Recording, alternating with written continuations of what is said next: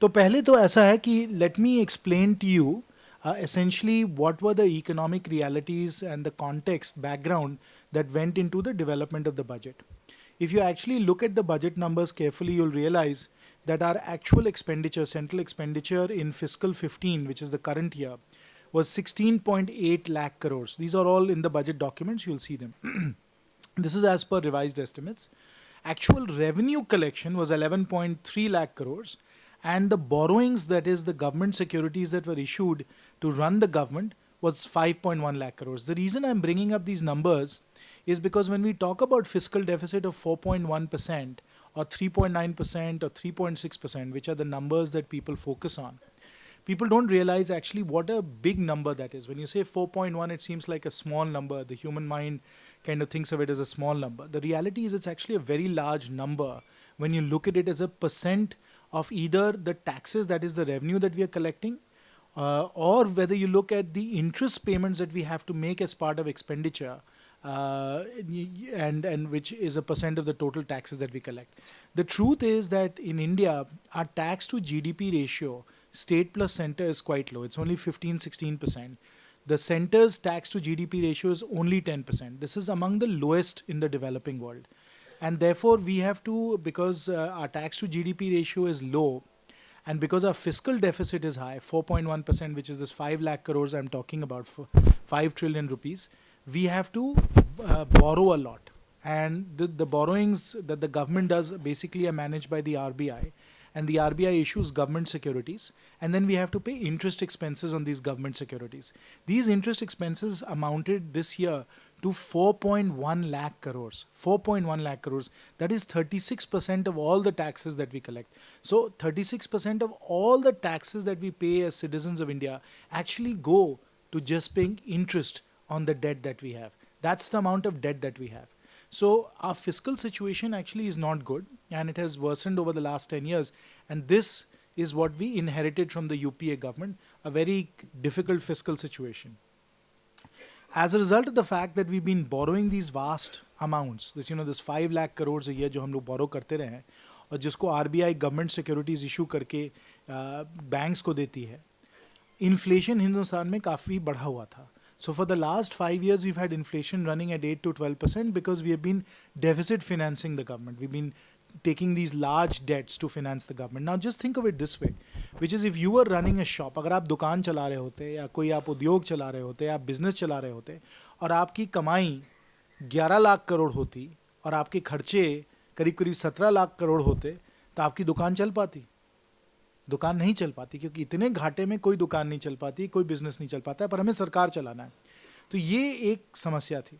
साथ साथ with the 14 finance commission devolving 42% to the states as opposed to the 32% to the states, are the fiscal space, that is the resources that the central government that we have in the budget to do tax concessions, to do spending programs, was severely limited as a result of this. So this is what we were dealing with when we actually were putting the budget together. Next page, please. Now, as we put the budget together, the Honorable Prime Minister spent a lot of time working with us on actually the budget itself and the programs in the budget. Obviously, under the very able guidance and leadership of the Honorable Finance Minister, we spent a lot of time thinking through how we would deal with this fiscal challenge and how we would make sure that we maintained the programs that we had, and yet can come up with new programs. So the thinking that we had was that we would obviously follow the party's philosophy, which is Sabka Saath, Sabka Vikas. And so we wanted to make the budget Sabka Budget. Sabka Budget, Sabka Labh. That was the overarching theme for the budget, कि सबको लाभ मिले. और जो प्रमुखता प्रधानमंत्री जी ने दी थी, माननीय प्रधानमंत्री जी ने दी थी स्टेक होल्डर्स के लिए, उन्होंने कहा, बहुत स्पष्टता से उन्हें बताया कि हम लोग जो बजट तैयार करेंगे, इसमें युवाओं को रोज़गार पे हमें ध्यान देना है, प्राथमिकता देना है, हमें किसानों की समृद्धि पे प्राथमिकता देना है, और हमें गरीबों का उद्धार, the welfare of the poor is going to be very important. And as prime minister has said many times, honourable prime minister said, ये हमारी गरीबों की सरकार है और गरीबों को समर्पित है ये सरकार. That means that we have to make sure, in which we all the BJP devoutly believe in, it is very much a bedrock principle for us, that the last person, Antyodaya, Daridra Narayan, as Honorable Prime Minister says, we have to make sure that we are able to deliver as many benefits and as many programs for the poorest and the most deprived and the most needy among us all. And this is not just a question of political necessity, this is our moral responsibility.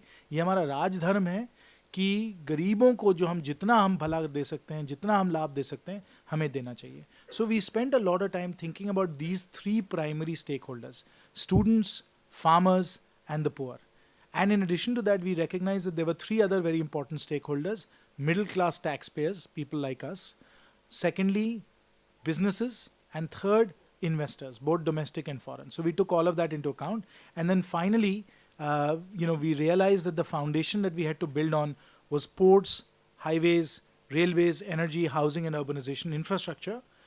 The financing system for this obviously was going to be taxes and financial markets. And the bedrock of all of this, the way we thought about it, was that it had to be Team India cooperative federalism. Next page. So जैसे मैंने आपको बताया कि ये सबका budget था, तो सबका बजट अगर है तो ये गरीबों के अपने का बजट है. गरीबों के उद्धार के लिए आप इस बजट में आपने क्या क्या पेश किया है, क्या क्या आप लोगों ने इसका प्रावधान किया है. तो सबसे महत्वपूर्ण जो है, जो हम लोगों ने यूनिवर्सल सोशल सिक्योरिटी के लिए किया है, इसमें खासकर 3 योजनाएं हैं जिस पे और मैं थोड़ा आपको डिटेल में बताना चाहूँगा. पहले तो पीएम सुरक्षा बीमा योजना for accidental death risk, PM जीवन ज्योति बीमा योजना which is for natural and accidental death risk, Atal pension योजना. तो ये हम लोगों ने सोशल सिक्योरिटी के दृष्टिकोण से हम लोगों ने ये योजनाएं तैयार की. Then we have basic needs, यानी कि electrification, food security, NREGA, kerosene, fertiliser subsidy, इन सब को हम लोगों ने पूरा ध्यान दिया. And then providing access to medical services and schools to all, ये भी हम लोग के कार्यक्रम में है और बजट में है. एंड देन हाउसिंग, जिस पे हम लोग ध्यान दे रहे हैं, हाउसिंग फॉर ऑल. अगले पेज पे आइए आप. अच्छा, सबसे महत्वपूर्ण मैं कहूँगा अगर हम लोगों ने कोई नई चीज़ की है इस बजट में, वो है ये जन सुरक्षा का जो हम लोगों ने कॉन्सेप्ट इस बजट में तैयार किया है, जन सुरक्षा. अच्छा, जन सुरक्षा हम लोग कर सकते हैं अब much more efficiently than we can do in the past, which is through the Jan Dhan योजना. अब आपको मालूम है कि जन धन योजना में we have been able to open 12.54 crore bank accounts. We've been able to open 12.54 crore bank accounts, and as a result of that, we have achieved 100% penetration of bank accounts among Indian households. Everybody has access to a bank account now. अब हम लोगों ने ये जब जनधन योजना की bank खातों को हमने खोल दिया है with the mobile phones that we have, and of course Aadhaar, we have this JAM Trinity that we are talking about. And with the Jan Dhan योजना, एक लोगों ने कई बात कही है कि भाई जनधन योजना है आपकी, बैंक का खाता तो खुल गया परंतु ये खाता एक्टिव नहीं है, इसमें इसका कोई प्रयोग नहीं कर रहा है. Now the beauty of the PM Suraksha Bima Yojana, the senior citizen welfare fund, the Atal pension Yojana and the Jeevan Jyoti Bima Yojana is that this is a way to make sure that the Jan Dhan accounts become active. और अब सुरक्षा बीमा योजना है, उसमें आप 1 रुपये सिर्फ महीने के आप डालिए और आपको 2 लाख का कवर मिलता है. अगर आप जीवन ज्योति बीमा योजना दीजिए, वहाँ आप 330 रुपये साल के दीजिए, आपको 2 लाख का कवर मिलेगा एक्सीडेंटल एंड नेचुरल डेथ के लिए. अटल पेंशन योजना है कि 18 to 40 की उम्र में आप स्टार्ट कर दीजिए. You make a contribution, government makes a contribution, matching contribution of up to 1,000 rupees per year for 5 years. तो ये भी बहुत अच्छा एक बेनिफिट है. हम लोगों को पूरा इसका विश्वास है कि people will come forward and they will start using the Jan Dhan account for this. And then we have the senior citizen welfare fund which is to subsidise premiums for vulnerable age groups, and we will use some of the money that is available through various unclaimed accounts to be able to subsidize these insurance policies for senior citizens. So for the first time in India, what we are putting together through these programs is the foundation of a Jan Suraksha, a social security program. And this is going to obviously grow and develop over time, but we have begun this process. This is very, very important, and we think that this is going to provide a robust safety net to every citizen in India over time. We will add to it over time. We will add health cover to it over time as well. We will expand it. We will add additional benefits to it. But because we now have the Jan Dhan bank accounts, we have an opportunity now to cover every Indian citizen so that they are able to make sure that whether it is an illness, whether it is an accident, whether it is death, that they are protected. This is very very important. और गरीबों के कल्याण के लिए, गरीबों के उद्धार के लिए ये जो हम लोगों ने बजट में किया है, मैं कहूँगा ये बजट में जो लोग कहते हैं कि भाई वाव फैक्टर क्या है, ये बहुत ज़बरदस्त वाव फैक्टर है कि हर कोई नागरिक को इस प्रकार से ये लाभ आपको मिलने वाले हैं. तो ये हम लोगों ने यूनिवर्सल सोशल सिक्योरिटी का किया है और गरीबों के उद्धार के लिए मैं समझता हूँ ये सबसे अहम मुद्दा है. Next page. अब हम लोगों ने किसानों के लिए भी बहुत कुछ भी किया है. किसानों के लिए आप देखिए सबसे इम्पॉर्टेंट चीज़ ये है कि जो उनके साधन है, सॉइल फर्टिलिटी एंड इरिगेशन है, इस पे आपको ध्यान देना चाहिए if you want to improve agricultural productivity. यहाँ हम लोगों ने सॉइल हेल्थ कार्ड्स दिए हैं, ऑर्गेनिक फार्मिंग को हम लोगों ने काफ़ी कुछ प्रोत्साहन दिया है. And of course, because Krishi Sinchai Yojana is a very important flagship program for us, like Pradhan Mantri Gram Sadak Yojana, we are rapidly expanding Pradhan Mantri Krishi Sinchai Yojana so that it is now 5,300 crores. If memory serves right, I'll pull out the number and tell you exactly what it is. After 15 years, Pradhan Mantri Gram Sadak Yojana is now, I'll tell you how much. प्रधानमंत्री ग्राम सड़क योजना जो है इस समय 4,134 करोड़ का है. Central plan प्रधानमंत्री Gram Sadak Yojana, that's for 4,134 crore. We have given more money to Krishi Sinchai Yojana of 5,000 crore. So you can see that Krishi Sinchai Yojana is a very very important flagship programme for us.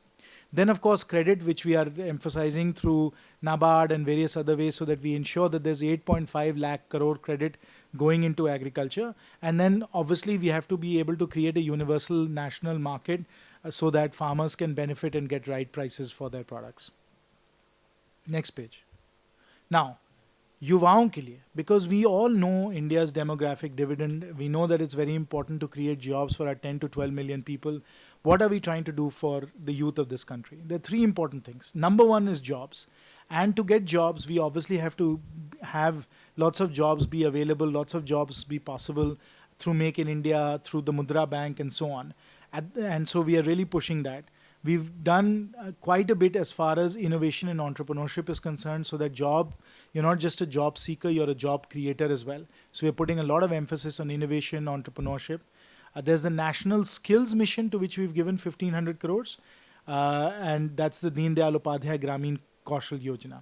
Education में हम लोगों ने बहुत कुछ किया है. Scholarships, new IITs, IIMs, senior secondary school with in 5 kilometres of every child, इस पर भी हम लोगों ने बहुत ध्यान दिया है. एंड क्वालिटी ऑफ लाइफ तो है ही. Let's move on. अच्छा, फिर मिडिल क्लास की हम बात करते हैं. कई लोगों ने कहा है कि भाई मिडिल क्लास को आप लोगों ने बेनिफिट्स नहीं दिए हैं. वो गलत है, क्योंकि हम लोगों ने मिडिल क्लास को बहुत कुछ दिया है इस बजट में. मुझे लगता है उनको बहुत लाभ भी मिलेगा. पहली बात तो ये, क्योंकि हम लोगों ने जुलाई में ही स्लैब्स को हम लोगों ने 2 से 2.5 लाख किया था, इसलिए अभी फरवरी में हम लोग उसको नहीं कर सकते थे. दूसरी बात ये थी कि जो हम लोग चाह रहे थे, वो कोशिश ये थी कि we should create the incentives for the middle class to save more, because those savings are good for them, they're good for the country. So we provided additional exemptions for saving for national pension scheme and so on. And therefore, the net result of it is that now you can, by using these exemptions and allowances and everything you have, you can get up to 7 lakhs without having to pay any taxes. Because we have 2.5 lakhs of the slab, and then of course you have all these 4.44 lakhs of exemptions and allowances. Now, of course, there's been a minor increase in service tax. We'll show you that despite that, all middle class taxpayers will be better off. And of course, as our fiscal capacity improves, and I said that our fiscal capacity right now is limited, as it improves, we will do more for middle class taxpayers, and we want to do more for that. But here's the important point, particularly for middle class taxpayers, very important point, which is that because we've been prudent on the fiscal side, as I was saying earlier, we're running that 5.1 lakh crore deficit. Because we've been prudent on the fiscal side, we have created the space on the monetary side for RBI to cut interest rates. And you saw what happened yesterday. Once the RBI got confidence that our fiscal consolidation roadmap was high quality, they were able to cut interest rates. जैसे आप interest rate cut करते हैं, EMIs आपकी घटती हैं, housing loan आपका मतलब जो आप पैसे दे रहे हैं उसके लिए वो घटता है. जो आपका कार लोन है वो घटता है. तो that money now goes directly into the pockets of the middle class. So the middle class, and we'll show you the numbers, actually come out ahead. And of course, in terms of quality of life, whether it is more jobs, roads, pollution, clean India, 24/7, we are doing a lot there. So when we look at it in terms of the middle class, all of us, and say कि भाई आपको tax में बचत हो रही है कि नहीं हो रही है? बिल्कुल हो रही है. रेट्स के कम होने से आपको फ़ायदा हो रहा है कि नहीं हो रहा है? बिल्कुल हो रहा है. जॉब्स आपको मिल रहे हैं, हो रहा है. और साथ साथ क्वालिटी ऑफ लाइफ का भी काफ़ी यहाँ और आपकी तरक्की हो रही है. तो ये कुल मिलाकर अगर हम देखें कि मिडिल क्लास को हम लोगों ने बेनिफिट्स दिए हैं कि नहीं दिए, मैं कहूँगा बिल्कुल बड़े कॉन्फिडेंस से कह सकता हूँ कि हम लोगों ने बिल्कुल दिए हैं. Next page. I am not going to go into details on the numbers, but the backup is there. आप लोग इन नंबर्स को देख लीजिए. इस पे हम लोगों ने पूरी स्पष्टता से, पूरे डिटेल में, बारीकी से हम लोगों ने कैलकुलेशंस किए हैं दिखाने के लिए आप लोगों को. For a typical middle class tax payer making 10 lakh rupees a year, whether they come out ahead or they go get behind. And it's very clear that despite the increase in service taxes, as per the assumptions we have, which are reasonable conservative assumptions, middle class taxpayers come out ahead even without the interest rate cut. With the interest rate cuts, they come out very far ahead. हम लोगों ने business के लिए भी बहुत कुछ किया है. मेक इन इंडिया पे हमने ध्यान दिया है. इनोवेशन एंड एंटरप्रेन्योरशिप में मुद्रा बैंक खासकर विशेष रूप से बहुत ही महत्वपूर्ण है. एंड टैक्स रिजीम को हम लोग रिफॉर्म कर रहे हैं. As you know, we have actually increase taxes on corporate. Some people have said it's a pro corporate budget, with they are wrong, because we've actually increased taxes for corporates, and corporates in fact are paying 2% more in taxes, as are the super rich. Now next page please. I will stop here and now you can all ask me questions. We have a lot more detail and we should give out the document as well. But one second, we have not finished yet. One last point I want to make.